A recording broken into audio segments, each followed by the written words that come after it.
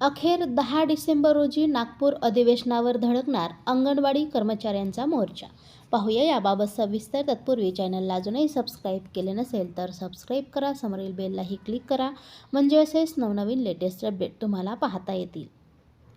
प्रशासनातील मूळ पाया म्हणजे अंगणवाडी. या केंद्रापासूनच शासनाच्या विविध योजना राबविल्या जातात, तसेच अंमलबजावणीही करण्यात येते. आजही अल्प मानधनात काम करणाऱ्या अंगणवाडी सेविका तसेच कर्मचारी यांच्या मागण्या या शासनाने मंजूर करून सुद्धा प्रलंबित असल्याने त्यांना आपल्या न्याय हक्कासाठी झगडावे लागत आहे.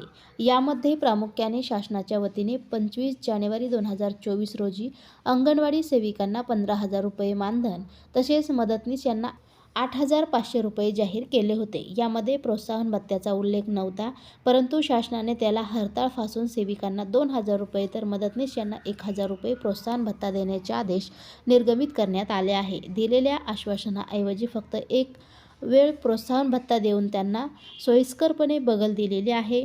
तर दुसऱ्या मागणीमध्ये शासनाच्या योजना ह्या समाजातील शेवटच्या घटकापर्यंत नेण्याचे काम सदर कर्मचारी करत असून त्यांना अद्यापपर्यंत शासकीय कर्मचाऱ्यांचा दर्जा देण्यात आलेला नाही.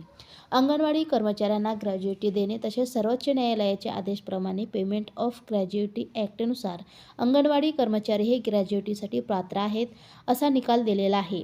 तरी याबाबत शासन आदेश निर्गमित करण्यात यावा. अंगणवाडी कर्मचाऱ्यांना दरमहा पेन्शन देण्यात यावे. तसेच प्रमुख मागणी अंगणवाडी सेविकांमधून पर्यवेक्षकांचे पद भरण्यासाठी 50% आरक्षित जागा कराव्या आणि रिक्त जागा भरण्यात याव्या.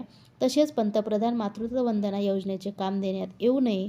सदर योजना ही आरोग्य विभागाची असून त्यांनी महिला व बालविकास विभागाच्या माथी सदर योजना मारलेली आहे.